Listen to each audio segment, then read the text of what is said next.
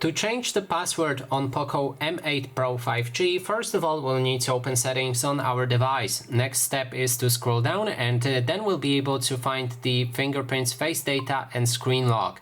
Now select your screen lock right here and enter your current password. After that you'll be able to switch between three different options for your screen lock. There's a pattern which allows you to draw different lines connected to create a password, PIN which allows you to enter from 4 up to 16 numbers to unlock your phone, and password which is up from 4 letters, numbers or any symbols to unlock your phone.